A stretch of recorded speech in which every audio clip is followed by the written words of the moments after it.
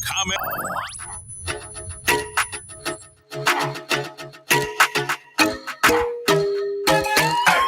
All right, so welcome back. This is part two. If there's something that you'd like to know about civil engineering, Mr. Daniel here, he is the expert. All we do is we drive on the roads and we complain every day when we drop in a little pothole and we ask why the government ain't fixing this road for 20, 50 years. Up to now, we can't get this, that, and terror. He's the guy with the answers, all right? So now is your moment. If you have a question, bridges, river defense, roads, city fence, what else we have there? I covered it, right? Yeah, pretty much. Yeah. Buildings. Yeah. He's the guy to answer the questions. All right. So first we were talking about roads and learned a bit about, why they just mash up so fast and some of the challenges that they face. I would like to touch on our ask right now, right? You've been around the entire island for how long have you been doing this? At least it's been since 7 years. Oh, okay. Which means that you've been around the island. What part of the island do you think has the greatest need for infrastructural development? Oh boy. It seems like there are like two different or three different places trying to talk about which one is number one. I mean, infrastructure development is a function of a lot of different things, right? Mm-hmm. I guess you could say north of Georgetown, Mm-hmm. or you could say north of the Dry River, So OTR. and the Leeward side as well. You could say north of Barley. Yeah. Mm-hmm. What sort of things do you think are needed down there? Which side? Well, okay, so let's deal with the leeward side first, and then we'll head over to the windward. So the leeward side, what are the things that you think are most needed for the development down there? All right, so Leeward, I have a certain concept about Leeward, right? These are my own views that I'm representing. Mm-hmm. And I think Leeward, it would be great, it's a financially intensive project, but if we could ensure that in the same way that we reconstructed the Chateaubelair Wharf, and for example, as recent as the volcano, we were able to send up the Grenadines ferries there to evacuate persons and carry them straight to Kingston Wharf, etc. If we could find it in our long-term goals and strategy to develop wharfs in key towns, all upon the leeward side. Most of them do have wharfs, but not all of them could take certain size vessels, right? Safely. So if we could have more sea or coastal infrastructure development there, we would see a transformation of the concept of transportation that we have on the leeward side. In other words, I don't see any reason why you can't have a ferry between Chateaubelair and Kingston. It used to exist at one point in our history, right? It would save a lot of the time on the road and the wear and tear on the road. Right. You can't wear and tear the sea. So heavy equipment could be heavy equipment and different materials and persons and goods could be.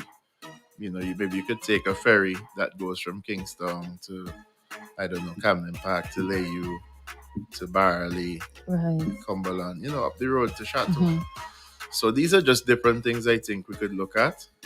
More in the immediate short to medium term, there may be a few areas that could do with road rehabilitation. The government is currently doing works in Belle Isle as well as Longline Road, that's from Trumaka to Coleshill, and some different sections they have recently patched up by Mountwin. They've done extensive work in the Mountwin, Peters Hope region there. So I think that sort of rehabilitation that they have been doing in Mountwin, Peters Hope, etc., that could also be done in Barley, Curtains, coming straight up to Belle Isle and so on in different sections where you need patching. And I think they will get around to it, but that's just my and in Chateaubelair especially, Rose Hall Chateaubelair. They recently completed a bridge that's been damaged or destroyed for some time. And if they could pursue a strategy to expand the neighborhood roads, extend them, widen the roads, which is a very costly exercise. Let me When you say caution you. expanding neighborhood roads, you mean coming off of the main and going into the villages? Going into the villages. But that is very ticklish. Why? Because persons have already built their homes. And if it's not Crown land, it's somebody's land that you have to purchase. And then if they have a property on it, it gets even more expensive. So those are some of the challenges that we have. And those are the things that limit commercial development. But as you mentioned that too, that is one of the from what I see traveling on the main road, many of the homes are right on the road. Right on the road. We cannot expand the main road because the houses are right on the road. Is there like a government, is there like a law that says, okay, well, it has to be going forward. If you're cutting a new road, no no other structure can be as close to the road? Yeah, they're what you call setbacks Okay, so from what the is main road. But the problem is that is, as you said, that is going forward. So that has been in place for some time now, but it can't really apply to houses, obviously, that were there before you, you bring the law. You can't just pass a law and kick people off their property or force them to relocate. So that is going forward, yes. So the new developments would be in a much better position for further development than the existing ones where people are crammed close to the road. so unless we say, okay, we're going to do this project over, if unless we say, all right, we need to widen the roads a little bit because we're a developing nation and so on. There's a lot of traffic and we need to do this, that, and terror. It That's just how our roads are going to be. Well, the main roads, forever and ever. Amen. That's sad. That's Well, I sad. That's mean, sad. widening roads is not also the only solution. I mean, that we recently had a national physical development plan, stakeholder engagement exercise that was open to the public. That plan is going to be from 2020.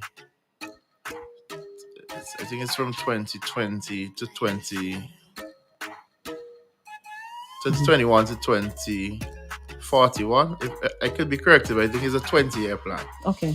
Right, but it's quite comprehensive. It was done by some consultants, and it's online on the Ministry of Transport site for review. So there's a whole bunch of different ways that you could deal with congestion. For example, decentralizing St. Vincent. So everything is Kingstown, right? No, everything is Annisville. Everything is Annisville. Yeah. But the more decentralized you get. So for example, if in Barley I had a gas station, well, there's a bank there already. If I had a gas station there, and if the government offices had like different branches for critical things Right. down there, like administrative building. For example, let's say every town had a small administrative building that you could carry out all of the functions you need to do in government, whether it be license offices or whatever. Which may not even be extremely necessary soon because of a digital transformation project that was mentioned in the recent budget address, that hopefully in some years, we will be able to do a lot of the things we stand in line for. We'll be able to do them online. Jeez, I'm so sad it had to take years. But that would not exclude persons who just are not able to make use of that kind of function. So there still must be a physical means for some function. So I'm just saying, if St. Vincent was a bit more decentralized, and if we had different, for example, transportation, we have a public transportation system that favors going into town and getting out of town. Sometimes, ironically, it would be difficult to just get from one village to the other. Like if you're in Barley and you want to get to Belle Isle, as close as it is, you might have to wait a long time. Yeah, I know that to catch feeling. a van. I know that feeling. But if you want to go in town, you could be in Barley and get to town quicker than you could get to Belle Isle. And it's right there. Because all the just vans will because fill of up how they because everybody is going to town. right. And So of course, that's more money. exactly. So Yeah. and everything is not the government per se. It's a lot of private sector. Um, it's culture. Sometimes, no matter what you do, some people just want to go Go in town, town. right? Oh, slow but steady. Slow but And there's some steady. people now who hate town. Some people who would, they want to go Annisville instead, Yeah, and Kingston is a bit they congested. want to go Georgetown. So every No. everything has its pros and cons, Right. and it's a very difficult situation to be as a government as well as a private business owner. Where are you gonna put your business? You want to see Sinbins expand. You live in Layu, but can you put your store in Layu? Would it be Will profitable? it be profitable? Maybe it might. You just never Depend know. on the industry. Right, just never know. Build it and they will come sometimes. Oh, So yeah, I the know chicken that before the saying. egg. I know that saying. It's not the airport saying. Build it and they will come. And look at it now, yeah? They came. I Yeah. dropped down a nice little ice cream parlor in Layu. I will leave Kingstown and go to Layu if the ice cream parlor was really nice. Right. You know? Yeah, So we for really need example, decentralization. my barber is in Prospect. For Mhm. example, I live in Queens Drive and I live in Mhm. Cane Hall. Mm-hmm. But I would drive to. I would actually get through quicker driving from Cane Hall to Prospect than if I was trying to go to town and find a park. Okay. You get it? I see, I see, I see, I see, I see. I mean, Yeah. I'm seeing in all of this, no, even though the discussion is about infrastructural development, right? I'm seeing how service could help. Mhm. So everything is sort of tying into each other. Right. So infrastructural development, part of that is decentralization. In order to decentralize, the business people, which is the private sector, which had nothing to do with government, now have to say, okay, let me put this down here. And is it worthy for somebody to travel so far? You have to have impeccable service. Mhm. Wow. Everything is tying into one another. I want to go over to the windward side now. Okay. Every time it rains, you cannot get over OTR. You cannot go over, you cannot come down. It's impossible. Every single time there's heavy rain. And this has been happening for a number of years. From your area of expertise, from what you've seen, from what you know, from what you could share,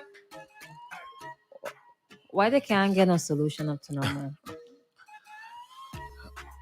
The situation with the roads and the river crossings. Mhm. When I say river crossings, just where the river crosses the road. That's what I mean when I say that. Okay.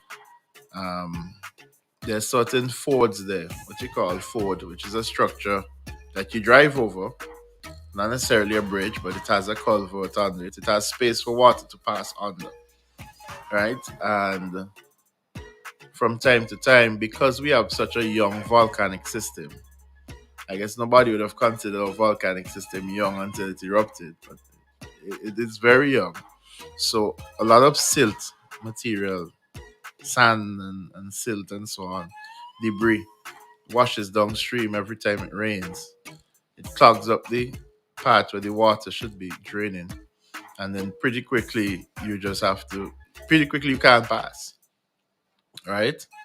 And one solution to that is to build bridges, right? But bridges are, if you think of the square footage of a bridge, it's one of the most expensive infrastructure elements that you could hope to undertake, right? So even a bridge, let's say a 40-foot bridge or a 20-foot bridge long, it could cost a lot of money. There could be, for example, I don't know if you've ever passed the small bridge in Cumberland there. Years. There's a bridge there that costs 5 million US. It's a short bridge. But it's not just the bridge you have to pay for. You have to pay for the river defense works. Maybe you have to build gabion baskets, retaining walls. You have to build a temporary bridge while you build the bridge. You have to build a temporary bypass because people still have to cross the bridge. It's similar to what we discussed earlier in terms of roads. You want the road to fix, but you don't want to stop using the road, right? So it's been a challenge, and if you think of it from a a larger, a macro, larger point of view, it doesn't make sense just fixing one crossing and then you don't fix the other, right? It's gonna be, you're just moving the problem, right? It might improve for the people who just live here, but for people who want to get straight up to fancy, they need all of them fixed. So when you think about the intervention has to be holistic and fix most, at least the most critical ones. Whether you find two of the most critical ones or three. And then if you remember, we had the 2013 floods, and before it, where at least 28 bridges were damaged and 14 were completely destroyed. Then before 2013, you had 2010 Hurricane Thomas. And before that, you had this. And then in 2016, we had more floods. And every time there's money allocated just to fix bridges, because at least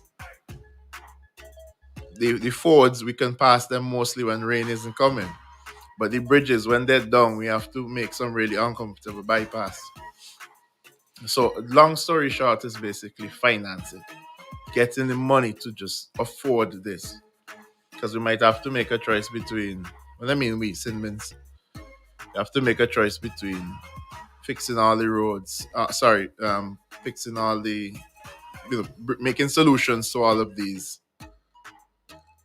and building new schools or fixing the hospital or paying salaries, right? But when you have an external source of finance, let's say from a loan or grant, then you could address some of these issues. So, for example, Minister of Finance Camilo Gonzalez in his budget speech mentioned that there is a volcano eruption emergency project VEEP that should be able to address a lot of the issues in the North Windward area. So I mean that's great news.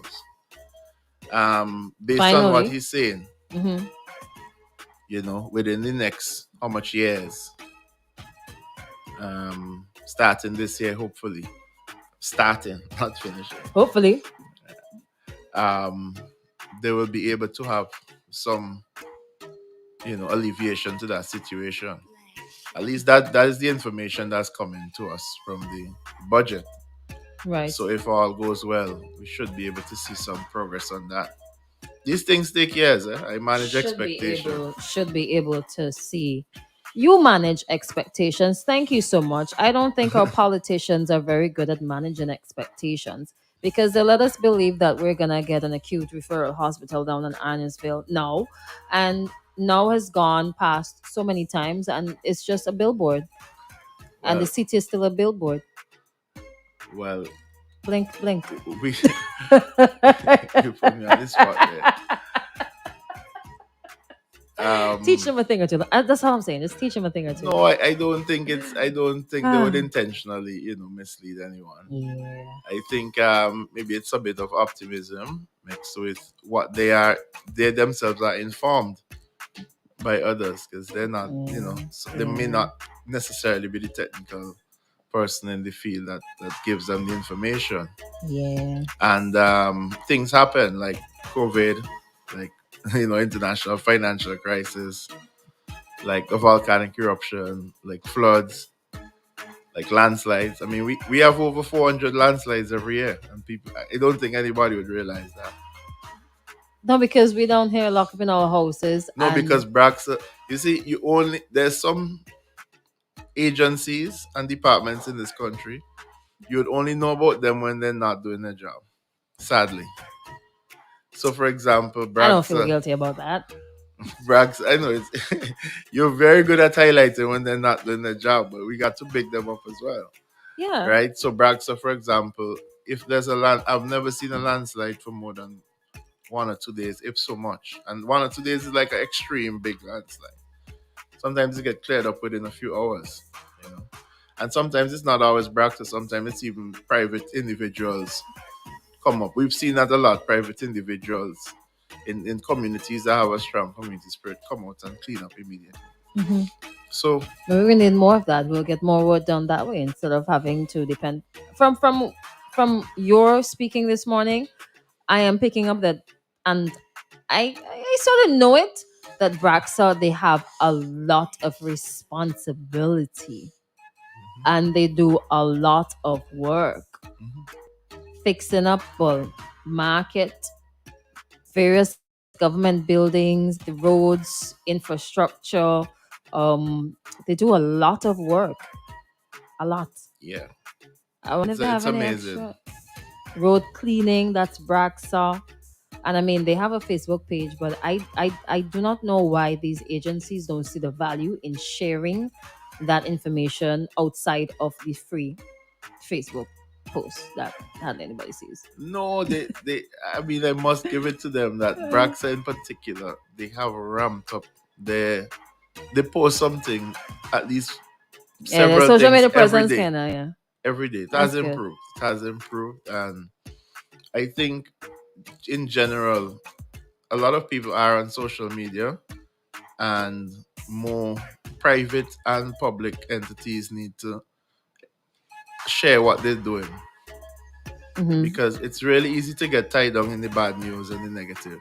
That is true. But there's so much good things happening in St. Vincent, right? And I almost want to see competitions. I want people compete and people want to be famous for a lot of things, and some people want to have glamour, and some people. I want people to start competing the same way we have light up competition. Start competing about who has the cleanest neighborhood.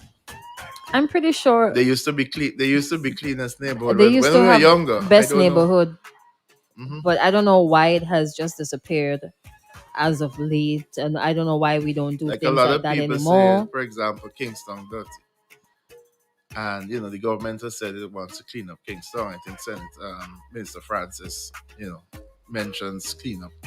Yeah, I But think why? that was a part But of what about the our 4 years. personal responsibility as well?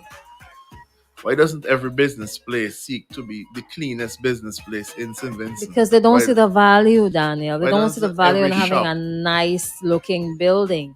They don't see the value in customers. I mean, and sometimes it is the deciding factor. You don't even notice that you are choosing to go into this store as opposed to that one because this one is nicely painted. You just find yourself in the store. Sometimes you ain't even want a thing in the store, but you come out with bags. They come up with bags, yeah. They don't see the value. They do not see the value. And that is my problem with many of these. Either it's business people and some of the government institutions as well. They do not see the value in communicating their value or what they perceive to be their value and their mission and their vision to people on the outside. They don't. They don't see the value in communicating properly, and it just irks me sometimes. Let me take a call, right? Hello, good morning.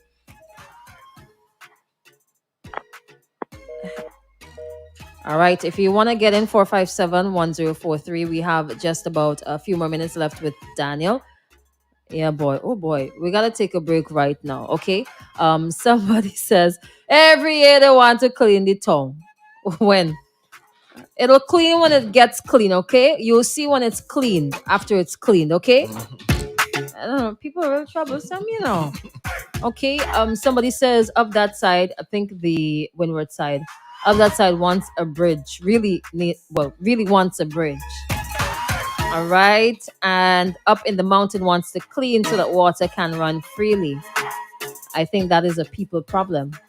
Some of it is natural, but how much of it is natural? Sometimes it's people who create the problems for us down here, for everybody else. All right, we're going to end the live.